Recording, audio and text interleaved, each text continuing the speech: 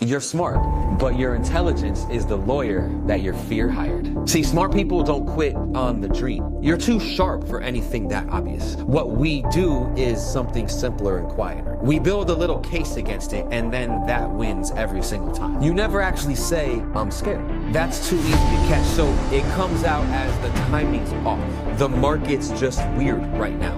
I should get one more certification first and build a little bit more runway and wait for things to just settle down. All of that sounds responsible, doesn't it? Sounds like a guy being smart, and that's the whole trap, because it isn't wisdom. It's just fear. And fear hired the sharpest part of you to argue the side. And the smarter you are, the better lawyer that you have. The most capable people I know are usually the most stuck because they can't out-argue their own potential already. And then some guy with half of the brains just tried it already and got going while you were still building your case. At some point, you gotta fire the lawyer in the head. You stop being so impressed by your own reasons. You go do the thing you've known you should be doing this entire time. You're not being smart. You're being represented by the wrong person. The most powerful person in any deal is the one who can walk away. Because leverage is not the sharpest argument or the prettiest deck. It's a lot simpler and a lot louder. It's being able to stand up, lead, and actually lead it. That person has power. The second the other side knows that you need this, you have to have it. Everything about that negotiation shifts and changes. The price is going to move on. The terms are going to get worse. Even the respect in the room is going to change, and you can feel it changing in real time because now you're negotiating from need, and need always pays the full price. The man who can walk away holds all of it without saying a word about it. He's bargaining from enough. He's not bargaining from lack. And you can't fake that because people can smell a bluff from across the table. Real walk-away power comes from one of two places. Either you generally got other options, or you're just the kind of person who'd rather have no deal than a bad one. Be that guy, the one who can actually walk away if needed. Investors are not betting on your deal. They're betting on when it breaks.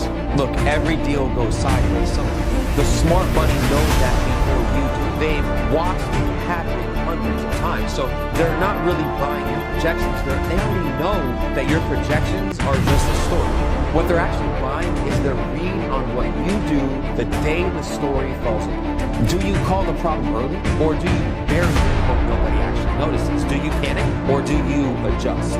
When it gets ugly, do you protect your own ego, or do you protect their money? That's what they're pricing the entire time. Not the spreadsheet, but you. So stop polishing your projections like that's the thing that wins.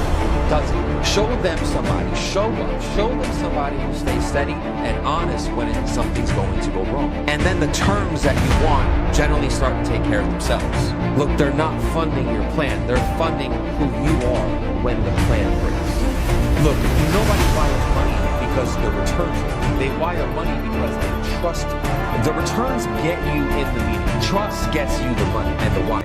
Two completely different jobs, and most people only ever work on the first one. Everybody leads with the upside because the upside is the fun part to talk about and look at. But real money is scared before they're ready. The first thing running behind that investor's face isn't how much do I have to take on this deal. It's how bad can this deal get? And can I trust the guy when shit hits the fan? So get to the fear before you ever get to the dream. Walk them through what actually kills the deal and actually what you do when that happens. See, most founders, they hide from that. They hide from the downside like it's a weakness that has to be managed. The ones who get funded walk straight into it. They're calm on purpose and they show it. And that's the move that earns the trust that money actually rides on and starts funding.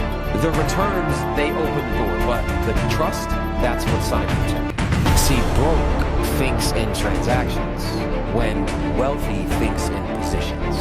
When money's tight, every dollar has a job before it even gets into the bank. The rent, the bill, the thing that's due on Friday, it comes in and it just runs right back out the door to the pocket. That's transaction thing. And the brutal part is, it's completely rational. It also keeps you exactly where you are forever. Money starts to move when the question changes. Not what does this cost me, but what does this control? What does it get me access to? Where does it put me 8, 10, 12 moves down the road?